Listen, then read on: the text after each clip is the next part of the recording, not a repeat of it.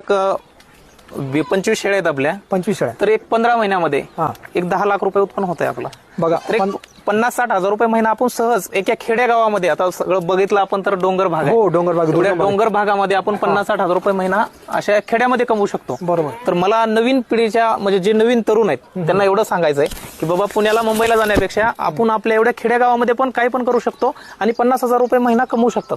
आपण ज्यावेळेस 10 शेळ्या आणि एक बोकड खरेदी केला, या बिटलचं असं वैशिष्ट्य राहतं की जशी क्वालिटी असेल तसं रेट ठरत आहे. मग काही शेळ्या आपण 30,000ला घेतल्या, काही 50,000ला घेतल्या, काही 70,000 पर्यंत खरेदी केली होती. म्हणजे एक 30,000पासून 70,000 पर्यंत खरेदी केली. आणि त्यावेळेस एक मेल घेतला होता, तो 71,000 रुपयाला आपण तिथं खरेदी केला होता. जर आपण पाटी घेतल्या तर पाटीला लागवड करण्यासाठी 12 महिने लागतात. म्हणजे 12 महिने आपण बिटलची पाट भरवत नाहीत. 12 महिन्याला भरवायची, तिथून 5 महिन्याला वेयची आणि तिथून 4 महिन्याला पिल्लू विक्रीला यायचं. मग ते 2 वर्ष करत्या वेळेस सिळीपासून जर सुरुवात केली तर थोडंसं भांडवल जास्त लागेल, पण लगेच उत्पन्न चालू होईल. त्याच्यामुळे आपण सिळीपासून सुरुवात केली होती.